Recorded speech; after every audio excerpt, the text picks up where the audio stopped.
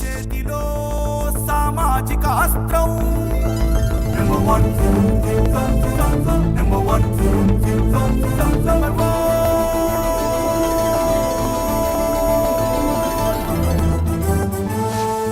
Number one.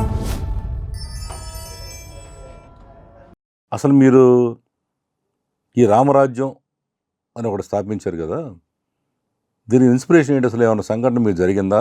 ఏంటి అసలు ఎందుకు పెట్టారు రామరాజ్యం అనేది?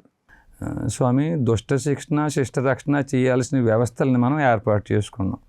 మీరు తప్పు చేసినా, నేను తప్పు చేసినా, ప్రధానమంత్రి తప్పు చేసినా, ఇంకెవరు తప్పు చేసినా, అది ఏంటి అసలు ఆ వ్యవస్థ? ఆల్రెడీ మనకు పోలీసులు ఉన్నారు, చట్టం ఉంది, కోర్టులు ఉన్నాయి, మీకేం పని అండి అసలు ఈ వ్యవహారం? అవును మహాత్మా, ఎవరు తప్పు చేసినా ఈ కోర్టులు శిక్షించాలి కదా. అవును, మరి తప్పు చేసిన వాళ్ళని కోర్టులు శిక్షిస్తున్నాయా? జరుగుతున్నాయి కదా. సొసైటీలో ఎంతోమంది శిక్షలు వేస్తున్నారు, జైల్లో ఉంటున్నారు, బెయిల్ ఇస్తున్నారు, మళ్ళీ వెళ్తున్నారు, జరుగుతుంది కదా. అంత బోటుకమే మహాత్మా. ఎందుకు నేనే మీ ఇంటిని నా ఇల్లు అని తప్పుడు డాక్యుమెంట్లు సృష్టించి మీ మీద తప్పుడు కేసు వేస్తాను నేను? నా దగ్గర ఉన్న డాక్యుమెంట్స్ డూప్లికేట్స్, మీ దగ్గర ఒరిజినల్ అయినప్పటికీ మీరు నా దగ్గర ఉన్న డాక్యుమెంట్లు డూప్లికేట్ అని నిరూపించడం కోసం 40 సంవత్సరాలు టైం పడుతుంది. మీరు ప్రొటెస్ట్ చేస్తే కరెక్ట్. అది మనకి భారత రాజ్యాంగం ప్రకారం మనకు వ్యవస్థ ఏర్పాటు చేసుకొని దీనికంతా ఎవరైనా సరే తప్పు చేస్తే కంప్లైంట్ ఇవ్వడం, పోలీసులు దాన్ని కంప్లైంట్ తీసుకుంటారు. అది క్రిమినల్ కేసు అయితే. సివిల్ కేసు అయితే కోర్టులో దావా వేసుకోమంటారు. మరి రాజ్యాంగంలో రాసి పెట్టారు కదా, మరి మీరెవరు మధ్యలో ఈ వ్యవస్థని మీ చేతిలో తీసుకుంటారు? షాబాష్. మీరు ఎవరు అసలు అడుగుతున్నాయి? రాజ్యాంగంలో ఆర్టికల్ 226లో మనకి ఏదైనా అన్యాయం జరిగితే కోర్టుకి వెళ్ళమని రాజ్యాంగం అవకాశం ఇచ్చింది. అవును. ఆర్టికల్ 32లో సుప్రీంకోర్టుకి వెళ్ళొచ్చని మనకు ఒక గుమ్మం ఏర్పాటు చేసి పెట్టింది. ఈ ఆర్టికల్ 226కి, ఆర్టికల్ 32కి, ఈ 2 గుమ్మాలకి ఆర్టికల్ 124 సబ్ క్లాస్ 4 అని పెద్ద గోడ కట్టేశారు. అంటే ఆ గుమ్మాల్లోకి వెళ్ళి అవకాశం లేకుండా అయిపోయిందండి. ఇప్పుడు రాజ్యాంగం ఉంది అంటే, ఉదాహరణకి మీకు సింపుల్గా చెప్తాను మహాత్మా, ఒక్క సుప్రీంకోర్టు న్యాయమూర్తి కానీ, హైకోర్టు న్యాయమూర్తి కానీ తప్పుడు తీర్పిస్తే, ఇన్కెపాసిటీతో వ్యవహరిస్తే అతన్ని తొలగించమని ఆర్టికల్ 124 సబ్ క్లాస్ 4 చెప్తుంది. Very good. ఇప్పుడు ఆ తప్పుడు తీర్పిచ్చారని నిర్ధారణ చేసేది ఎవరు అసలు? అయితే సరే, నరేంద్ర మోడీ గారు 2015లో ఒక యాక్ట్ తీసుకొచ్చారండి, ఎన్జేఏసీ యాక్ట్ అని తీసుకొచ్చారు. ఈ జడ్జెస్ని ఎలా నియమించాలి కొలిజియం కాకుండా అని. కొలిజియం అయితే ఏమవుతుందంటే, ఇప్పుడు నా బంధువుని నేనే రిఫర్ చేసుకెళ్ళిపోతున్నా, నాకు బంధువులు లేరు, 50-100 కోట్లు డబ్బులు తీసుకుంటే రిఫర్ చేసేయచ్చు.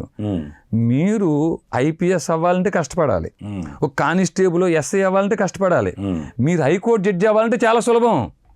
మీకు ఒక సీఎంఓ పిఎంఓ అట్లాంటి దాంట్లో మీకు రికమెండేషన్ ఉన్నాయో మీరు రిఫర్ చేస్తారు. ఎప్పుడు నేను ముఖ్యమంత్రిగా లేనప్పుడు, నేను ప్రధానమంత్రిగా లేకపోయినా ఇతను నన్ను కాపాడతాడు, ఇతను నా చెప్పు కింద పడి ఉంటాడు అనే నమ్మకం మీరు వాళ్ళకి కలిగిస్తే మీరు హైకోర్టు సుప్రీంకోర్టు జడ్జి అయిపోవచ్చండి.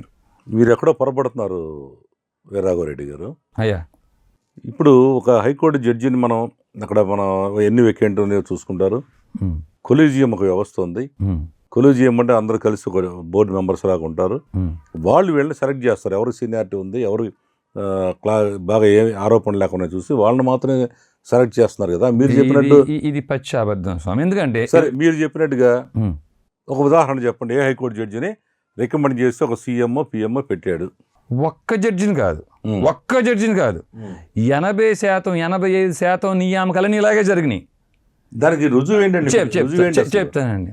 2014లో భారత ప్రధాన న్యాయమూర్తిగా ఉన్న ఒక ఆయన పి సదాశివం గారు, ఆయన రిటైర్ అయిపోయిన తర్వాత కేరళ గవర్నర్గా వెళ్ళాడండి. ఆయన అసలు ఎవరికి తెలియని విషయం ఏంటంటే, ఈ ఆంధ్ర తెలంగాణ విభజన సమయంలో కాశ్యప గోత్ర క్షత్రియులో పిటిషన్ ఫైల్ చేశారు. ఈ సిడబ్ల్యూసి తీసుకునే నిర్ణయం ఈ స్టేట్కి ఇబ్బంది, రాజధాని కోల్పోతారు, ఏదో పెద్ద అఫిడవిట్ అంతా తెలిసి పెట్టున్నారండి. ఈ సిజేఐని ప్రభావితం చేయడం కోసం కాంగ్రెస్ పార్టీ, బీజేపీ పార్టీ అంటే సుష్మా స్వరాజ్, కపిల్ సిబాల్, అహ్మద్ పటేల్ ముగ్గురు కలిసి ఆ సీజేని కలిసి నెక్స్ట్ నీకు లోక్పాల్ ఇస్తాం మేము, నువ్వు దీనికి అడ్డు రాకపోతే అని కాంగ్రెస్ బీజేపీ 2 పార్టీలు కలిసి ఆఫర్ ఇచ్చినాయండి. తర్వాత బీజేపీ అధికారంలోకి వచ్చిన తర్వాత లోక్పాల్ కాన్స్టిట్యూట్ చేయకుండా ఆయనకి ఇచ్చిన మాట నిలబెట్టుకోవడం కోసమే కేరళ గవర్నర్కి ఇచ్చారండి ఆయనకి, పి సదాశివం గారికి. ఎన్ని ఆధారం లేని ఆరోపణలు మీరు చేస్తున్నారు. వాళ్ళు వెళ్ళి మాట్లాడారు, ఎవరితో మాట్లాడి మీరు చూసారా? సరే ఒక మాట చూసిన వాళ్ళు ఎవరు చెప్పండి. ఐ విట్నెస్ అండి అయ్యా, ఐ విట్నెస్. ఎవరు? నేనే. ఎక్కడ? అక్కడే ఐ విట్నెస్ అండి. మరిన్ని లేటెస్ట్ అప్డేట్స్ కోసం చూస్తూనే ఉండండి నెంబర్ 1 న్యూస్. సామాన్యుడి చేతిలో సామాజిక అస్త్రం. చేతిలో సామాజిక అస్త్రం.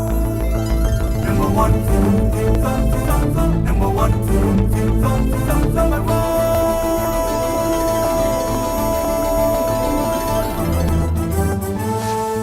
Number one.